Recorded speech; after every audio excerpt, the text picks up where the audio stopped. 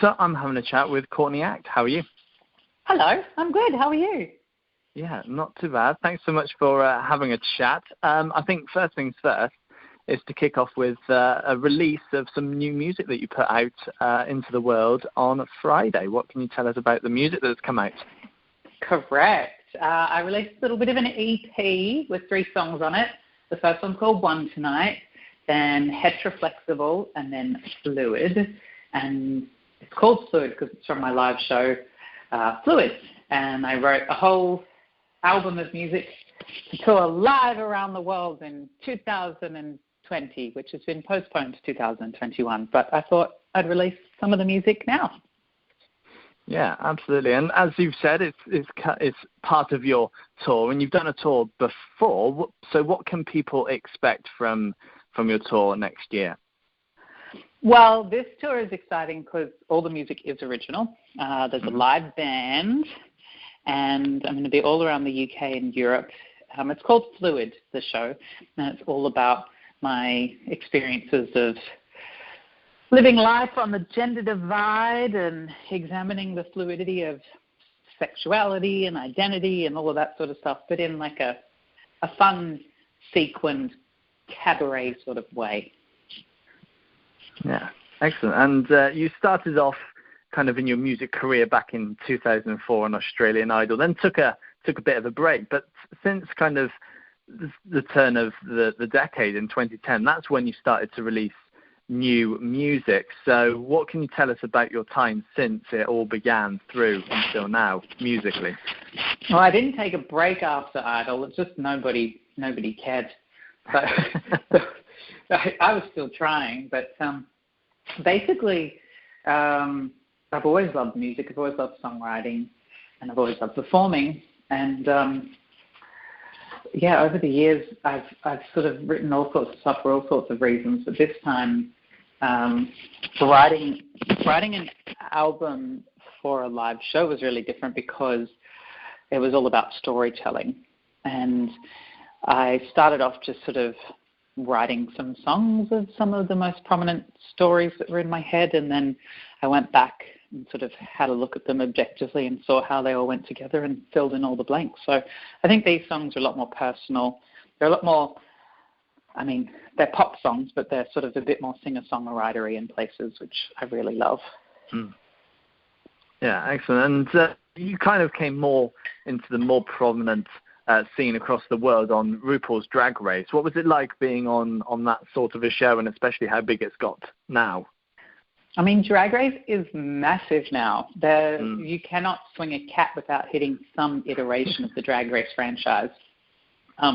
Why you would be swinging cats, I don't know, because it's very cruel. But it was so much fun being on Drag Race because I was on it in season 6, which aired in 2014. And I don't think it went on to Netflix here in the UK until 2016. So it was kind of this weird, double burst of Drag Race where I got to the UK and I was doing my show at the Edinburgh Fringe Festival in 2016.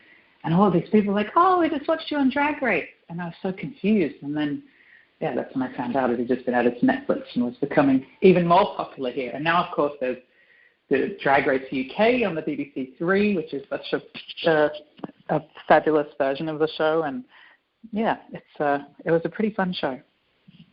Yeah, and you've been on a few big shows since. You first came onto my radar anyway on Celebrity Big Brother, where you played a bit. You were both Courtney and as Shane. So what was it like showing both sides of yourself on national TV?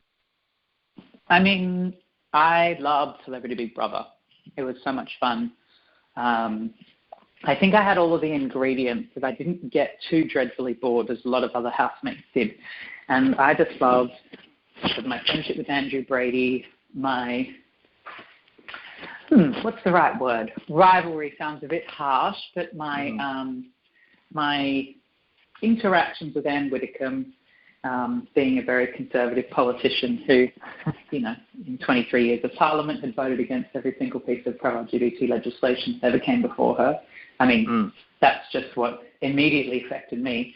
There was also a lot of other questionable, in my opinion, politics as well. So it was always interesting having her as a sparring partner and someone to talk to. And just, I guess when you're in the house, you don't really know what the world is watching. Like, you're talking away all day long and you don't know what conversations are actually making it to the outside. So when I won and emerged into the world, I was just amazed that it was those conversations that actually people really resonated with. So I was really, really happy with that. Yeah, absolutely. And, well, coming up to more current affairs, we're in lockdown or slowly coming out of it anyway. How have you been keeping yourself busy?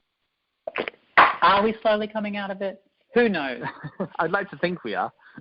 I'd like to think we are, but I have little faith.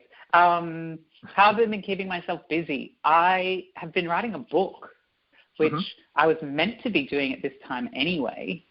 But if you ever want a really good lockdown activity, write a memoir, because you have all the time in the world, you have no FOMO, and you have something to like wake up and do every day. I just wake up and toddle out to my laptop and sit and write a book. Yesterday I was needing some inspiration, so I started reading Grayson Perry's biography, which I was plowing through and nearly finished in a day, which I really loved. Perry kept my attention. Amazing, excellent. And coming back to the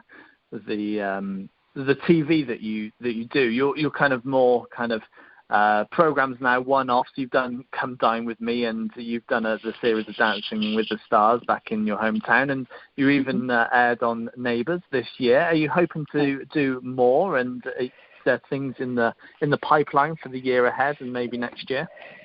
I mean, there's lots of things in the pipeline. It's just whether the pipeline goes anywhere at the moment. But I definitely loved Neighbours. That was a lot of fun.